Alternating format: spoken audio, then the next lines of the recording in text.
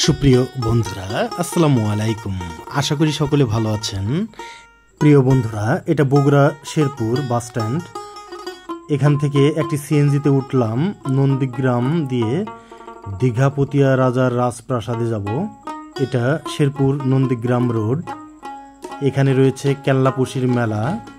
দেখুন, মেলা হয়ে গিয়েছে অনেক দিন আগে, তবু এখানে কাঠের জিনিসপত্র রয়েছে, কিছু স্থাপনাও দেখতে পাচ্ছি। এটা ঐতিহ্যবাহী কেল্লাপুশির মেলা। দারুণ লাগলো প্রিয় বন্ধুরা। এটা এখন দেখতে পাচ্ছেন নন্দীগ্রাম। আমরা এখন নন্দীগ্রাম নামলাম। এখান থেকে একটি বাসে উঠে বসলাম, একদম নাটোর শহরে নামব। এই গাড়িটি ছিল রংপুরের, অর্থাৎ রংপুর থেকে রাজশাহীগামী এই গাড়িটি। প্রিয় বন্ধুরা, এখন নামলাম নাটোর মাদ্রাসা মোড়ে। ইতিহাস ঐতিহ্যের শহর নাটোর, অপূর্ব এই নগরী। প্রচণ্ড গরম, তাই এখান থেকে আখের রস খেয়ে পিপাসা মেটালাম। এখন একটি চার্জারে উঠে বসলাম। দীঘাপতিয়া রাজার রাজপ্রাসাদ, অর্থাৎ বর্তমানে উত্তরা গণভবনে যাচ্ছি। প্রিয় বন্ধুরা, অপূর্ব নাটোর শহরের সুন্দর প্রাকৃতিক দৃশ্য দেখতে দেখতে এখন চলে আসলাম দীঘাপতিয়া রাজার রাজপ্রাসাদ, অর্থাৎ উত্তরা গণভবন নাটোরে।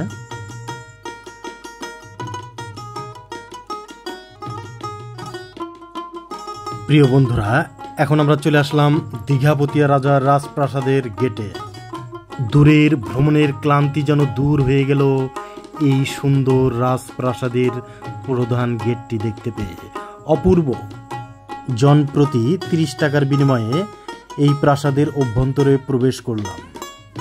দৃষ্টিনন্দন এই প্রাসাদ দেখে খুবই মুগ্ধ হয়ে যাচ্ছে প্রিয় বন্ধুরা। উত্তরা গণভবন, যা পূর্বে দীঘাপতিয়া রাজবাড়ি নামে পরিচিত ছিল, বাংলাদেশের নাটোর জেলার একটি ঐতিহাসিক এবং স্থাপত্যিক গুরুত্বপূর্ণ স্থান। এটি উত্তরবঙ্গের প্রধানমন্ত্রীর কার্যালয় ও বাসভবন হিসেবে ব্যবহৃত হয় এবং বর্তমানে এটি একটি জনপ্রিয় পর্যটন কেন্দ্র। 18 শতকে, অর্থাৎ 1734 সালে দীঘাপতিয়া রাজবংশের প্রতিষ্ঠাতা এবং নাটোরের রাজা রামজীবনের দেওয়ান দয়ারাম রায় প্রায় 43 একর জমির উপর এই প্রাসাদটি নির্মাণ করেন। 1897 সালের প্রলয়নকারী ভূমিকম্পে রাজবাড়িটি ব্যাপক ক্ষতিগ্রস্ত হয়। এরপর থেকে 1908 সাল পর্যন্ত 11 বছর ধরে রাজা প্রমোদনাথ রায় বিদেশি বিশেষজ্ঞ প্রকৌশলী ও চিত্রকর এবং দেশি মিস্ত্রিদের সহায়তায় মোঘল ও পাশ্চাত্য রীতির মিশ্রণে এই রাজবাড়িটি পুনর্নির্মাণ করেন। স্বাধীনতা পূর্ববর্তী সময় 1947 সালে দেশ ভাগের পর রাজ পরিবার ভারতে চলে গেলে দীঘাপতিয়া রাজবাড়ি দীর্ঘদিন অরক্ষিত থাকে। পরবর্তীতে 1966 সালের 24 জুলাই তৎকালীন পূর্ব পাকিস্তানের গভর্নর আব্দুল মোনায়েম খান এটিকে দীঘাপতিয়া গভর্নর বাসভবন হিসেবে উদ্বোধন করেন। বন্ধুরা, এখানে দেখতে পাচ্ছি সুন্দর একটি আম বাগান, অপূর্ব লাগছে। এখানে দেশ বিদেশের অনেক পর্যটক আসেন। দৃষ্টিনন্দন এই রাজবাড়িতে আপনারা বেড়াতে আসলে খুবই ভালো লাগবে প্রিয় বন্ধুরা। আইয়ুব খানের শাসনামলে এটি তার একটি অবকাশ যাপন কেন্দ্র হিসেবেও ব্যবহৃত হতো। 1971 সালে বাংলাদেশ স্বাধীন হওয়ার পর 1972 সালের 9 ফেব্রুয়ারি বঙ্গবন্ধু শেখ মুজিবুর রহমান দীঘাপতিয়া রাজবাড়িকে উত্তরা গণভবন নামে নামকরণ করেন। সেই থেকেই এটিকে উত্তরাঞ্চলের প্রধানমন্ত্রীর কার্যালয় ও বাসভবন হিসেবে ব্যবহৃত হয়ে আসছে। এটি ঢাকার বাইরে একমাত্র স্থাপনা যেখানে মন্ত্রিসভার বৈঠক অনুষ্ঠিত হয়েছে।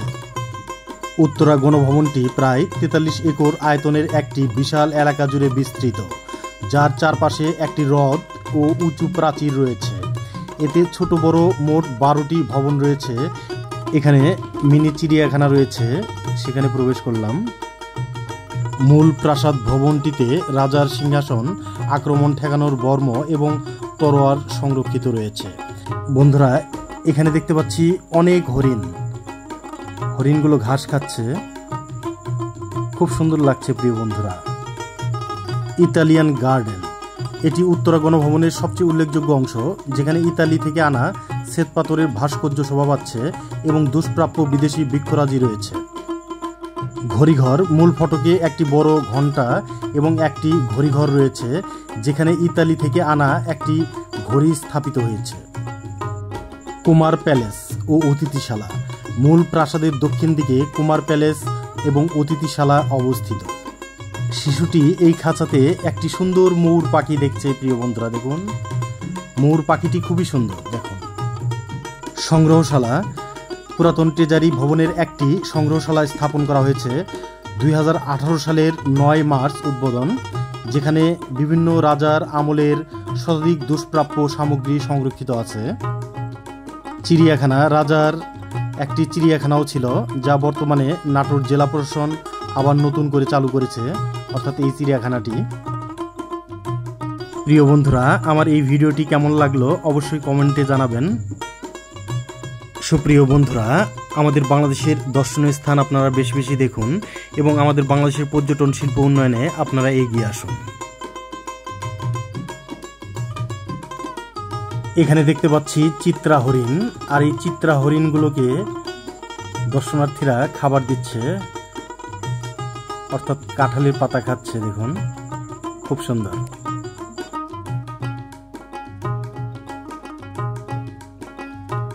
যে জিনিসের শুরু আছে সেই জিনিসের শেষ আছে, তাই এই সুন্দর ঐতিহ্যবাহী রাজপ্রাসাদ থেকে এখন ধীরে ধীরে বিদায় নেব।